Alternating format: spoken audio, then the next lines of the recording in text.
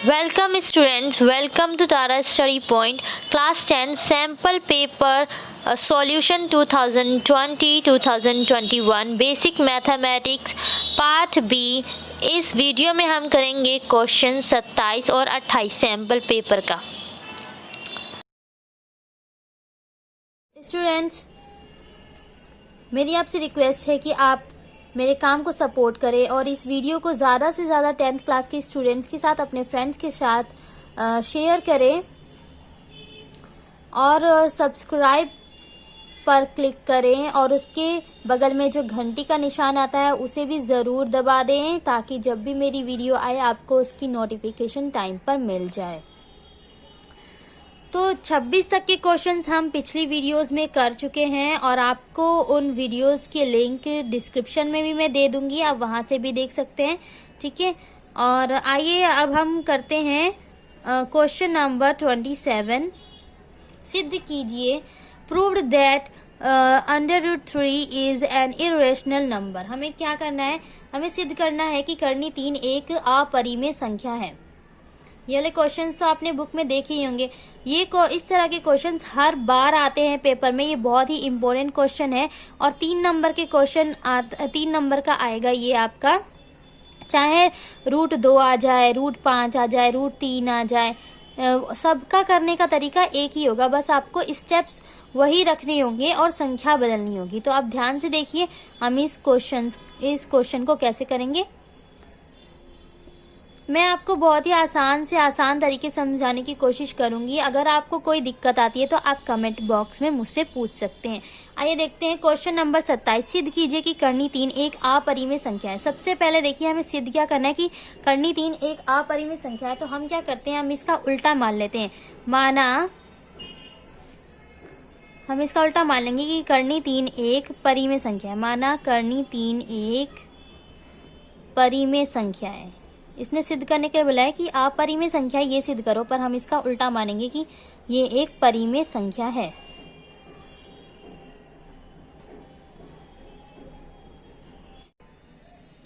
तो स्टूडेंट्स, आपको पता है कि परिमेय संख्या को हम P/Q के रूप में लिख सकते हैं, है ना। तो करनी 3 को हम P/Q के रूप में लिख लेते हैं, जहां पर Q हमारा 0 नहीं होगा और जहां P और Q अभाज्य संख्या होंगी। P और Q अभाज्य संख्या है। अभाज्य संख्या क्या होती है, जिनका HCF 1 होता है। ये मैं आपको पहले भी बता चुकी हूँ। जिनका HCF 1 होता है, यानी जो केवल 1 के पहाड़े से भाग होती है, जैसे 3 और 5 है, ये सभाज्य संख्या क्योंकि वो केवल 1 के पहाड़े से भाग होती हैं। तो ठीक है, P और Q का HCF 1 होता है, यानी कि P और Q 1 से विभाजित होती हैं जब हम इसे परिमेय संख्या मानते हैं। तो अब हम इसका क्रॉस मल्टीप्लाई कर लेते हैं। यहाँ पे कुछ नहीं है, 1 लगा देते हैं। इसको हमने क्रॉस मल्टीप्लाई कर दिया, इसको इससे, इसको इससे। P एक कम, P बराबर में करनी 3 को Q से क्रॉस मल्टीप्लाई करेंगे।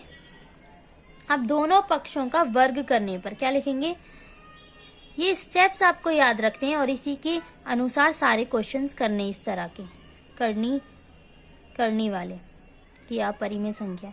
ठीक है, दोनों पक्षों का वर्ग करने पर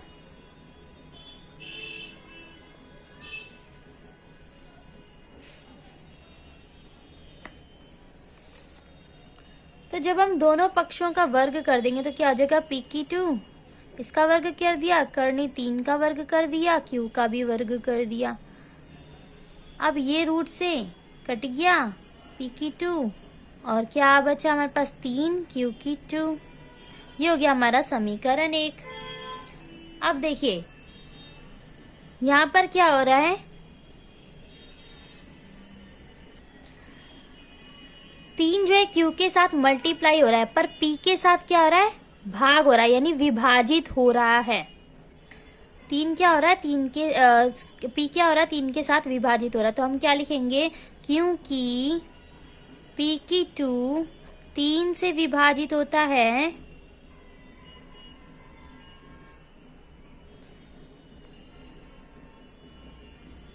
इसलिए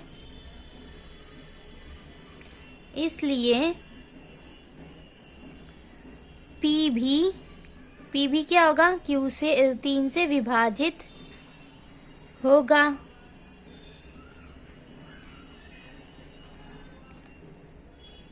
ठीक है, अब हमको फिर से एक चीज मानना है। हमको क्या मानना है,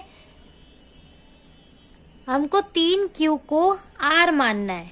ठीक है, अब हम लिखेंगे P बराबर 3R। Q को क्या मानना है, R मानना है। तो हम लिखेंगे माना P बराबर 3R। ठीक है, 3R। अब फिर से वही सब करेंगे, दोनों पक्षों का वर्ग करेंगे। दोनों पक्षों का वर्ग करने पर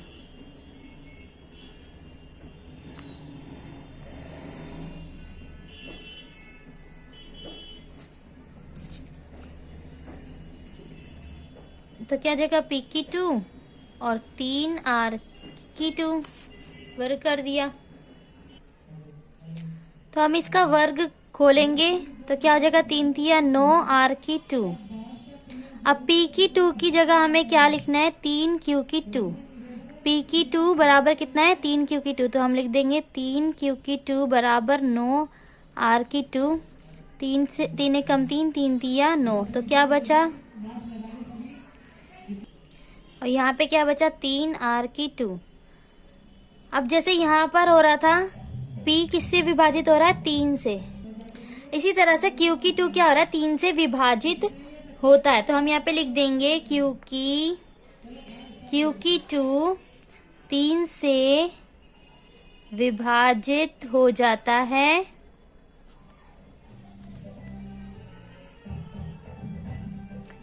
इसलिए Q भी 3 से विभाजित होगा।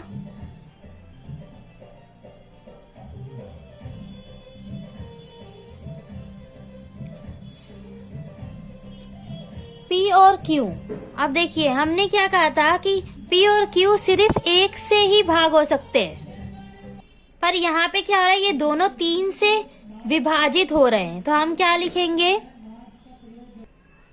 क्योंकि HCF PQ का HCF 3 है, 1 नहीं है, इसलिए क्या होगा, ये हमारी अवधारणा के विपरीत है, जो कि हमारी अवधारणा के विपरीत है। इसलिए क्या हो जाएगा, हमने क्या माना था कि ये एक परिमेय संख्या है, पर यह हमारी अवधारणा के विपरीत है, इसलिए करनी 3 एक अपरिमेय संख्या है। समझ में आ गया आपको, क्योंकि इसका HCF 1 होना चाहिए था, पर ये नहीं हो रहा, ये 3 है और हमने इसे परिमेय संख्या माना था, इसलिए ये अपरिमेय संख्या है, परिमेय संख्या नहीं है, क्योंकि इसका HCF 1 नहीं है। क्वेश्चन नंबर 28, आपको ये आकृति दी हुई है और आपका क्वेश्चन है, केंद्र O वाले वृत्त पर बाह्य बिंदु T से 2 स्पर्श रेखाएं TP और TQ खींची गई हैं। ये केंद्र O वाला एक वृत्त है जिस पर बाह्य बिंदु T से TP और TQ 2 स्पर्श रेखाएं खींची गई हैं। सिद्ध कीजिए कि PTQ यानी ये वाला जो आपका एंगल है बराबर है 2OPQ यानी ये वाला एंगल OPQ इस वाले एंगल के दुगना है। ये वाला एंगल ये वाले एंगल के दुगना है, हमें ये सिद्ध करना है। ठीक है, तो हम सबसे पहले लिखेंगे दिया है, तो हमें क्या दिया हुआ है, हमें दिया हुआ है केंद्र O वाला हमें केंद्र O वाला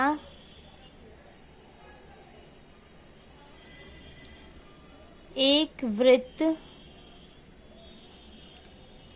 दिया है जिसमें बाह्य बिंदु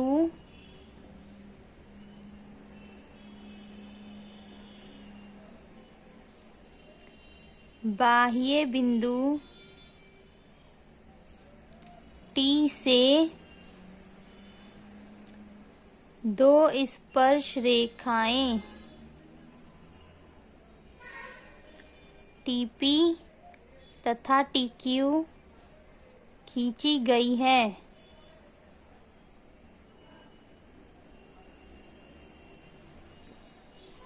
अतः क्या हो जाएगा, TP बराबर हो जाएगा TQ। ये हमको दिया हुआ है, क्योंकि अगर किसी बाह्य बिंदु से वृत्त पर कोई स्पर्श रेखा खींची जाती है तो वो बराबर होती है। तो बाह्य बिंदु T से दो स्पर्श रेखा खींची गई है और ये दोनों स्पर्श रेखा क्या होंगी, बराबर। ठीक है, अब हमें सिद्ध क्या करना है वो लिख देते हैं।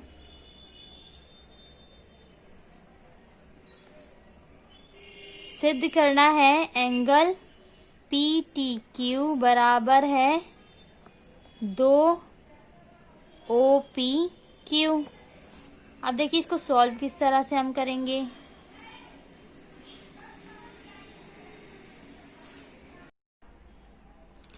अब जो चीजें हमें बराबर दी हुई हैं हम उन्हें लिख लेते हैं। पहली चीज क्या है, TP बराबर है TQ। TP बराबर है TQ। क्यों है, क्योंकि बाह्य बिंदु से वृत्त पर खींची गई स्पर्श रेखाएं बराबर होती हैं।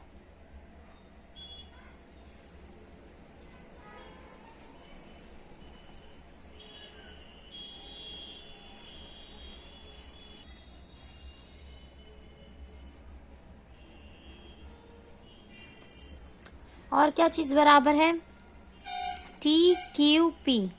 देखिए ये वाली भुजा इसके बराबर है। और क्या बराबर है, ये वाला जो एंगल है, ये वाला एंगल इस वाले एंगल के बराबर है। क्यों, क्योंकि समान भुजाओं के सम्मुख कोण बराबर होते हैं। ये दोनों समान भुजाएं, इनके आमने सामने के जो कोण होंगे वो बराबर होंगे। इस वाली भुजा के सामने कौन सा कोण है, ये वाला, और इस वाली भुजा के सामने कौन सा कोण है, ये वाला।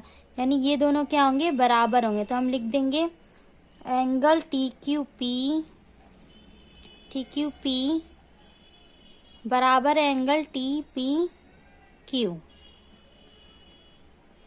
Angle TPQ।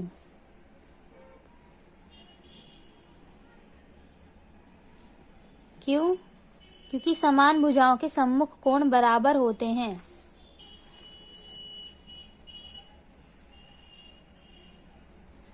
ठीक है, अब देखिए ये दोनों कोण हमको पता है। अगर ये x है तो ये भी x होगा। तो अब हमें ये वाला कोण निकालना है। तो त्रिभुज के ये त्रिभुज है और इस त्रिभुज का हमें ये दो कोण पता है और ये वाला निकालना है। तो हम क्या लिखेंगे, त्रिभुज के तीनों कोणों का योग कितना होता है, 180 डिग्री होता है। तो त्रिभुज के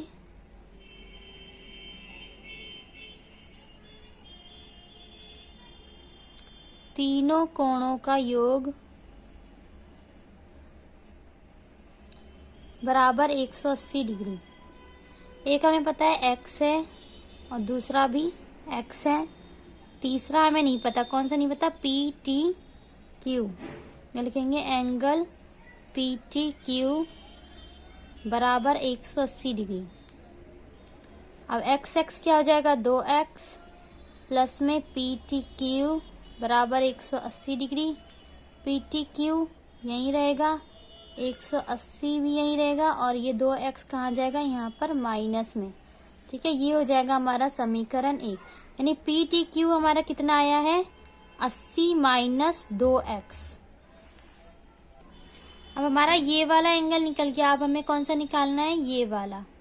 ठीक है, तो ये वाला हम कैसे निकालेंगे,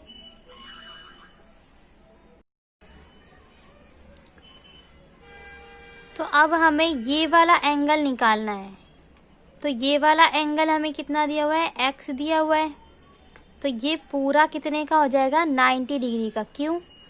क्योंकि जो वृत्त की त्रिज्या होती है वो स्पर्श रेखा पर 90 डिग्री का कोण बनाती है। ये OP क्या है, वृत्त की त्रिज्या है, और ये स्पर्श रेखा पर 90 डिग्री का कोण बना रही है, यानी कि ये कितने का हो गया, 90 डिग्री का।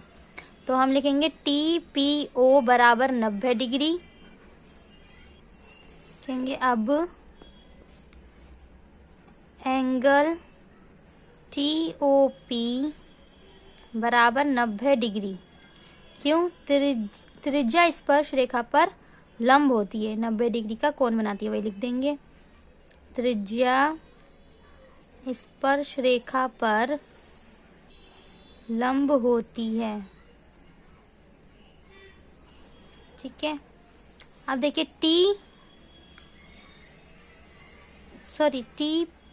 TOP नहीं, TPO हमारा 90 डिग्री है, TPO ये वाला।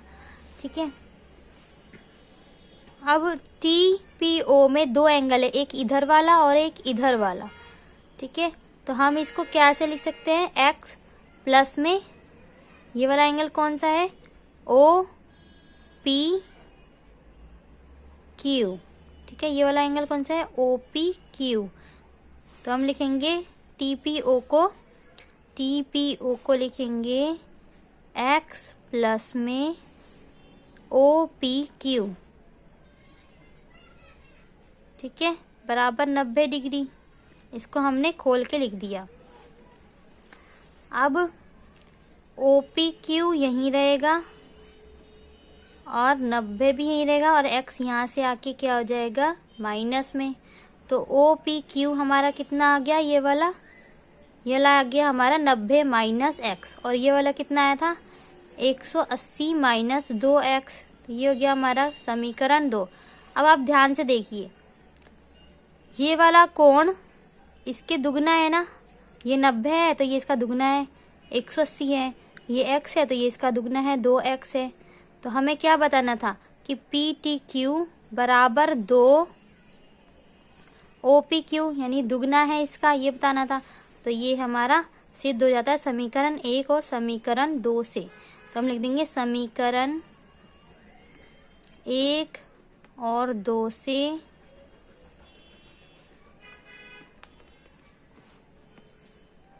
एंगल PTQ बराबर 2 एंगल OPQ।